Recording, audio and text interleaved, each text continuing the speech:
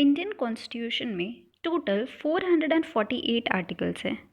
फिर भी अगर आप कॉन्स्टिट्यूशन का लास्ट आर्टिकल देखें तो वो है आर्टिकल नंबर 395। ऐसा कैसे? Hey everybody, welcome to my channel.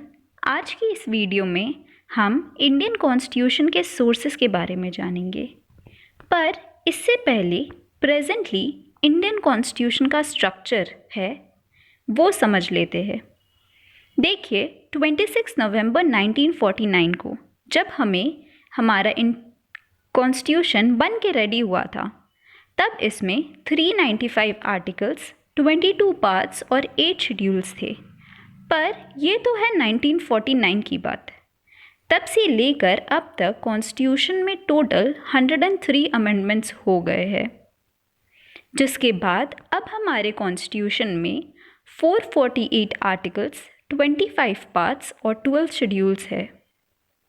Constitution में जो आर्टिकल्स है, इनकी ओरिजिनल नंबरिंग को मेंटेन करने के लिए जो भी अमेंडमेंट्स आते हैं या जो भी नए लॉज इंट्रोड्यूस होते हैं, उन्हें अल्फ़ाबेटिकली इंट्रोड्यूस किया जाता है। जैसे 86 अमेंडमेंट को देखें, इसमें एक नया फंडामेंटल राइट टू एजुकेशन, और इसे कॉन्स्टिट्यूशन में इंट्रोड्यूस किया गया एज आर्टिकल 21A। इसीलिए इतने सारे अमेंडमेंट्स होने के बावजूद कॉन्स्टिट्यूशन का जो लास्ट आर्टिकल है वो आर्टिकल 395 है। इसके बाद कॉन्स्टिट्यूशन में जो पार्ट्स, शेड्यूल्स है, ये क्या होते हैं, इसे भी समझते हैं। कॉन्स्टिट्यूशन में जितने भी आर्टिकल्स हैं, उन्हें स्पेसिफिकली टॉपिक वाइज बनाया गया है। जैसे आर्टिकल 12 से लेकर आर्टिकल 35 तक फंडामेंटल राइट्स की बात करते हैं। यही जो स्पेसिफिक टॉपिक वाइज अरेंजमेंट है, इसे कहते हैं पार्ट्स। जैसे पार्ट 3 बात करता है फंडामेंटल राइट्स की, पार्ट 4 बात करता है directive principles of state policy की। ऐसे ही हर पार्ट स्पेसिफिक टॉपिक की बात करता है। नेक्स्ट है शेड्यूल्स।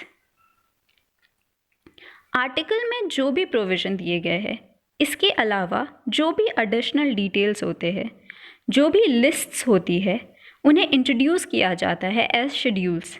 जैसे शेड्यूल 1 और शेड्यूल 4 जो स्टेट्स और यूनियन के नाम, उन्हें उनकी टेरिटरी क्या होगी, ये बात करता है। वहीं शेड्यूल 2 सैलरीज प्रिस्क्राइब करता है, और शेड्यूल 8 कौन कौन से लैंग्वेजेस ऑफिशियल लैंग्वेज है, ये बताता है। अब जैसे कॉन्स्टिट्यूशन में हमें आर्टिकल्स को इंक्लूड किया, वैसे ही हमने शेड्यूल्स को क्यों नहीं इंक्लूड किया?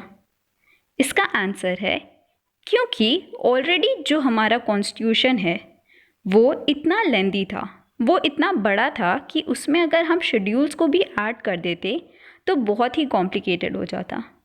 सिंप्लिसिटी के लिए कॉन्स्टिट्यूशन को आर्टिकल्स, पार्ट्स और शेड्यूल्स में डिवाइड किया गया है। ये तो हुई करंट सिचुएशन की बात। अब चलते हैं 1946-47 में, जब इंडिया की कॉन्स्टिट्यूएंट असेंबली पहली बार बैठ के कॉन्स्टिट्यूशन बनाना स्टार्ट कर रही थी। तब हमने मेनली इन 11 कंट्रीज़ पे रिलाई किया, और इन सारे सोर्सेस को हम एक एक करके देखते हैं।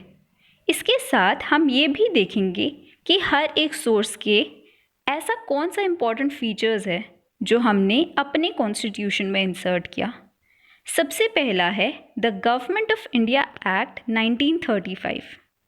देखिए, इंडिपेंडेंट इंडिया का जो कॉन्स्टिट्यूशन है वो फोर्स में आया 26 जनवरी 1950 में। पर इससे पहले ब्रिटिश इंडिया में जो लॉ ऑफ द लैंड था वो 1935 का गवर्नमेंट ऑफ इंडिया एक्ट। इसीलिए जब हम कॉन्स्टिट्यूशन बना रहे थे तो ये जो गवर्नमेंट ऑफ इंडिया एक्ट था, ये एक बहुत अच्छा रेफरेंस पॉइंट था, एक बहुत अच्छा सोर्स था। इस एक्ट से हमने ये सारी चीज़ें ली। तो गवर्नमेंट ऑफ इंडिया एक्ट से 3 सबसे इम्पॉर्टेंट चीज़ जो हमने ली है वो है emergency provisions, public service commission और सिस्टम ऑफ जुडिशरी। मतलब सुप्रीम कोर्ट, हाई कोर्ट और सबॉर्डिनेट कोर्ट्स का जो स्ट्रक्चर है वो भी यहाँ से लिया है। इसके अलावा फेडरल स्कीम ऑफ गवर्नमेंट और ऑफिस ऑफ गवर्नर भी यहीं से लिया गया है। अगला सोर्स है यूएस का कॉन्स्टिट्यूशन। यहाँ से सबसे इम्पॉर्टेंट चीज़ जो हमने ली है वो है फंडामेंटल राइट्स और judicial review. Government of India act में फंडामेंटल राइट्स का कोई प्रोविज़न नहीं था, तो 1950 से पहले इंडियंस को उनके फंडामेंटल राइट्स नहीं मिले थे। नेक्स्ट, जुडिशियल रिव्यू ये इंश्योर करता है कि ऐसा कोई लॉ नहीं जो फंडामेंटल राइट्स को वायलेट करता हो। इसके अलावा दो बहुत इम्पॉर्टेंट पोस्ट को रिमूव करने का प्रोसीजर भी दिया गया, जैसे प्रेसिडेंट को रिमूव करने का तरीका जिसे इम्पीचमेंट कहते हैं, और सुप्रीम कोर्ट और हाई कोर्ट के जजेस को रिमूव करने का प्रोसीजर। इसके अलावा हमने अमेरिकन कॉन्स्टिट्यूशन से लिया है हमारा प्रियम्बल और independence of judiciary. Third source है ब्रिटिश कॉन्स्टिट्यूशन। यहाँ से हमने बहुत ही कोर और इम्पॉर्टेंट चीज़ें ली है, जैसे रिट्स जो कि एक तरह की कॉन्स्टिट्यूशनल रेमेडी है। इसके लिए प्रोविजंस दिए गए हैं आर्टिकल 32 और 226 में। नेक्स्ट हमने यहाँ से लिया है parliamentary form of government, single citizenship, parliamentary privileges और रूल ऑफ लॉ। तो रूल ऑफ लॉ ये कहता है कि किसी भी एक कंट्री में गवर्नमेंट सुप्रीम नहीं होता, बल्कि लॉ सुप्रीम होता है। उस कंट्री का कॉन्स्टिट्यूशन सुप्रीम होता है। अगला सोर्स है आयरिश कॉन्स्टिट्यूशन। यहाँ से जो सबसे इम्पॉर्टेंट चीज़ हमने ली है वो है directive principles of state policy, जो कि एक तरीके की गाइडलाइंस होती है कि स्टेट को कैसे गवर्न करना चाहिए, किस टाइप की पॉलिसीज़ और लॉज बनानी चाहिए। इसके साथ हमने लिए है प्रेसिडेंट के इलेक्शन का प्रोसीजर और राज्यसभा मेंबर्स के नॉमिनेशन का भी प्रोसीजर। अगला है जर्मनी का कॉन्स्टिट्यूशन, जिसे वेमार कॉन्स्टिट्यूशन भी कहते हैं। यहाँ से सबसे इम्पॉर्टेंट चीज़ जो हमने ली है वो है इमरजेंसी के दौरान फंडामेंटल राइट्स को सस्पेंड कर देना। अगला है साउथ अफ्रीका। यहाँ से हमने अमेंडमेंट ऑफ द कॉन्स्टिट्यूशन और राज्यसभा में इलेक्शन का प्रोसीजर लिया। नेक्स्ट है सोवियत यूनियन या यूएसएसआर का कॉन्स्टिट्यूशन। यहाँ से हमने लिए है फंडामेंटल ड्यूटीज़, जो एक तरीके की मॉरल ऑब्लिगेशंस होती है सिटीजन्स पे और पेट्रियोटिज्म को बढ़ाने के लिए। इसके साथ ही हमने लिया है ideals of social, economic and political justice. ये आपको कॉन्स्टिट्यूशन के प्रियम्बल में मिल जाएगा। अगला है कनाडा। अब इंडिया में 2 लेवल्स पे गवर्नमेंट है, सेंटर और स्टेट लेवल, पर ज़्यादा पावर्स सेंट्रल गवर्नमेंट के पास है। यही जो फेडरल स्ट्रक्चर है ये हमने कनाडा से लिया है। नेक्स्ट, यहाँ से advisory jurisdiction of supreme court, appointment of government और residuary power of the centre.